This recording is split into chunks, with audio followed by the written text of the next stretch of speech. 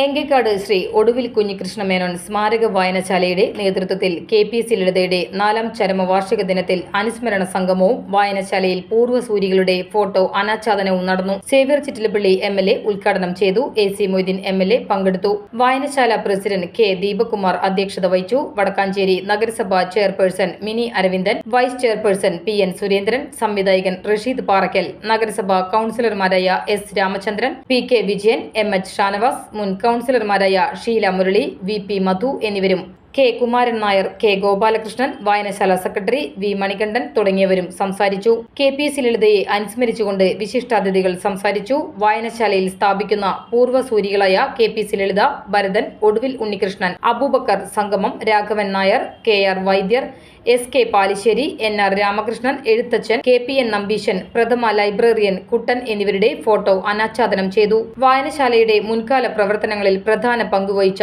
K Kumaran Nair, K Gopalakrishnan എന്നിവരെ ആദരിച്ചു. വായനശാലയിൽ സംഘടിപ്പിച്ച വിവിധ മത്സരങ്ങളിലെ വിജയികൾക്ക് ഉപഹാര വിതരണം നടത്തി.